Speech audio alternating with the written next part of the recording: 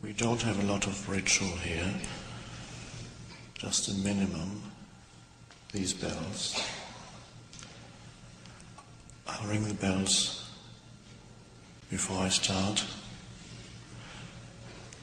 It's a call to attention, to be present here completely,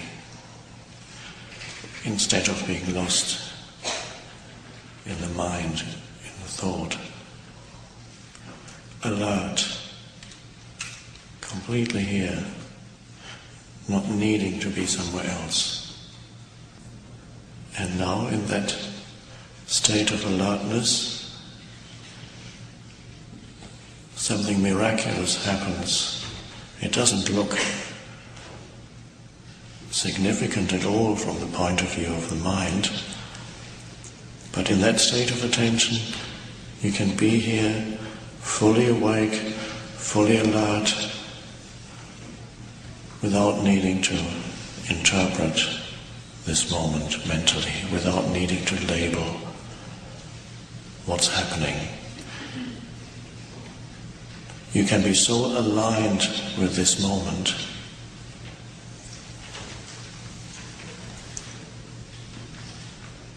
that thought is no longer needed. And you haven't gone to sleep. You're more awake than you would be if you were thinking. Just an alert presence. We could call that the awakening of intelligence.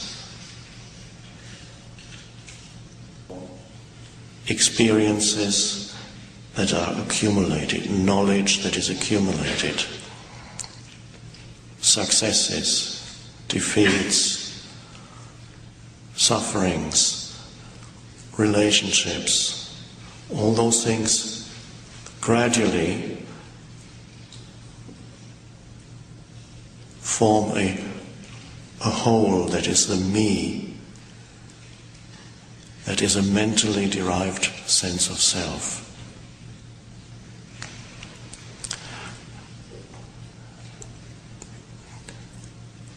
I'll just ask you for a moment to imagine that you don't have a name.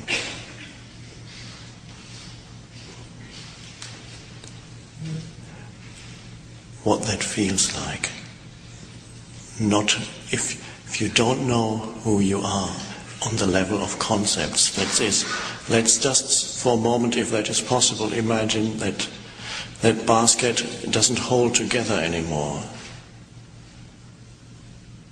What is there if you are not the name and that which is accumulated in that receptacle?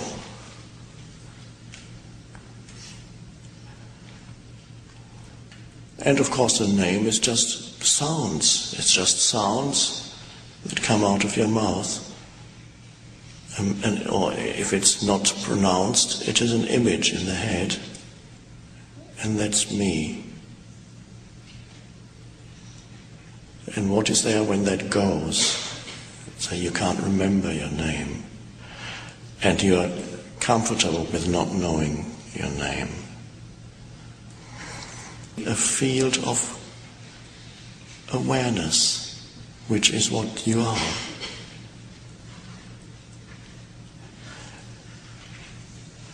And the story that you have been telling yourself in the head of who you are becomes unimportant. It does not give you an identity anymore. You don't derive your sense of self anymore from the story in the head, which is accumulated experiences, accumulated knowledge, and a sense of self derived from that accumulation. Content of the mind. And every experience is content.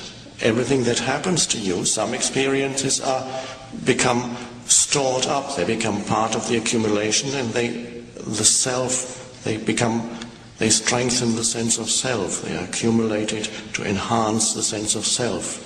So when you live in that way, from a fictitious sense of self, you're always looking for things to enhance your sense of self, to strengthen it or to protect it, that sense of me. Because some of the content you might lose, or you want to add to who you are. Not the sense of not being complete is an essential ingredient of the fictitious sense of self. I want to add something to who I am. Or I spoke to such and such, that famous man, the other day. Whether it's true or not, in many cases it's not true. Why is that? Because they want to add a bit more content to, maybe I can become a bit bigger. It's all a search for yourself. And it's a never-ending search on that level. And then you might come, when you go beyond name-dropping and go beyond deriving a sense of identity from your car,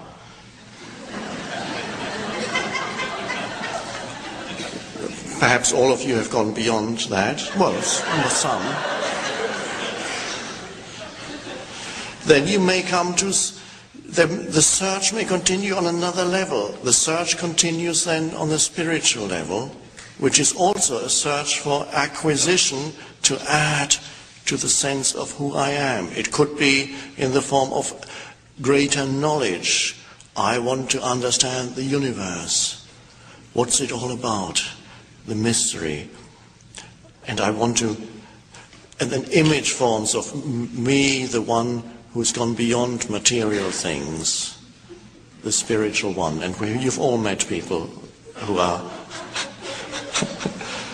And it happens so easily, because that tendency of image making and of needing to add to the content of me is so strong.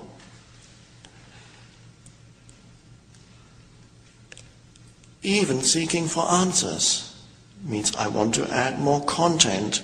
There's nothing wrong with investigating or examining, but I'm speaking here now of doing that in the service of a self, to derive a greater self from that.